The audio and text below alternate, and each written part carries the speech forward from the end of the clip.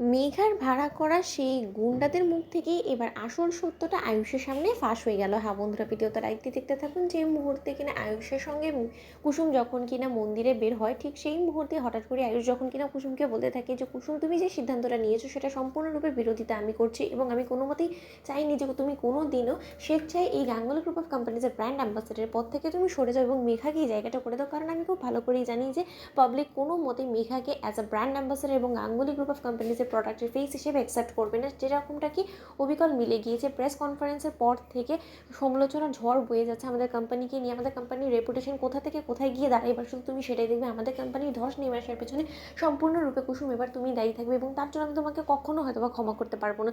ঠিক সেই মুহূর্তে কুসুম যখন কিনা আয়ুষের কাছে কান ধরে ক্ষমা চাইতে থাকে, ঠিক সেই মুহূর্তে হঠাৎ করে যখন কিনা কুসুমের নজর গিয়ে পড়ে সেই গুন্ডাদের উপরে, যারা কিনা কুসুমের গায়ে কালি ছিটিয়েছিল, ঠিক সেই মুহূর্তে আয়ুষ বলতে থাকছে, কি ব্যাপার কুসুম, তুমি ওদেরকে দেখে এরকম করে ভয় পাচ্ছ কেন, কী হয়েছে? ঠিক সেই মুহূর্তে কুসুম যখন বলতে থাকে যে ছোটো সাহেব, এরাই হলো গিয়ে তারা যারা কিনা আমার গায়ে কাদা ছেটানো থেকে শুরু করে বটলে করে কালি নিয়ে এসেছিলো, ওরাই আমার গালে এই কালিগুলো ছিটিয়েছিল। ঠিক সেই মুহূর্তে আয়ুষ যখন বলতে থাকে যে তাহলে কুসুম, ওদের সঙ্গে তোমার সাহসিকতার সঙ্গে মোকাবেলা করতে হবে, নাকি এরকম দুর্বল হয়ে তুমি এরকম দুর্বল হয়ে ওদেরকে আরও বেশি তুমি উস্কে দিচ্ছ এই সমস্ত কর্মকাণ্ড করার জন্য। আমি এক্ষুনি ওদেরকে হাতে হাতে ধরবো। ঠিক সেই মুহূর্তে আয়ুষ ওদের পেছন ছুটতে ছুটতে এক পর্যায়ে যখন কিনা ওদেরকে ধাওয়া করে যখন কিনা একজনকে ধরে ফেলে, ঠিক সেই মুহূর্তে আয়ুষ যখন ওকে বেধড়ক মারধর করতে থাকে এবং সেই গুন্ডাকে যখন কিনা আয়ুষ বলতে থাকে যে কী এমন হিংসা ছিল, কী এমন দোষ করেছিল কুসুম যে যার কারণে কিনা ওর গালে এরকম কালি ছিটিয়েছিস, তুই বল, আজকে যদি না বলিস তাহলে কিনা আমি তোকে রক্ষে দেবো না। বল, কী এমন অপরাধ করেছিল কুসুম, এই নিরুপায় অসহায় মানুষটার উপরে এরকম অত্যাচার কেন করেছিস তোরা, বল। ঠিক সেই মুহূর্তেই এক পর্যায়ে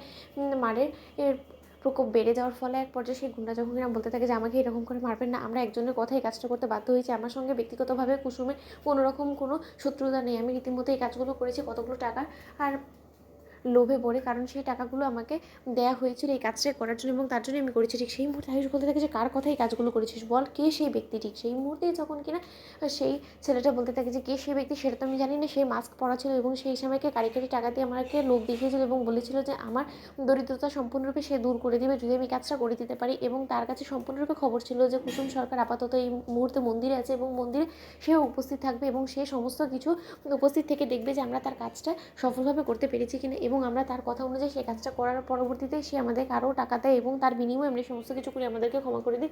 ঠিক সেই মুহূর্তে যখন কিনা আয়ুষ বলতে থাকে যে তাহলে এটা আমাদের বাড়ির মধ্যে থেকে কেউ একজন করেছে। ঠিক সেই মুহূর্তে কুসুম বলতে থাকে যে আমার বিরুদ্ধে মিথ্যে অভিযোগে না কোনো মতে আবার এই কাজটা মেঘা ম্যাডাম করেনি তো, কারণ সে তো দু মুখ হয়ে গিয়েছে এবং সে দু নৌকে পা দিয়ে চলছে, কোনো মতে মেঘা ম্যাডাম আবার দেবলীনা ম্যাডামের পথে হাঁটতে চলেছে না। সেই মুহূর্তে আয়ুষ মেঘার ছবি দেখায়। তো বন্ধুরা লাইক এন্ড শেয়ার করে সাবস্ক্রাইব করো।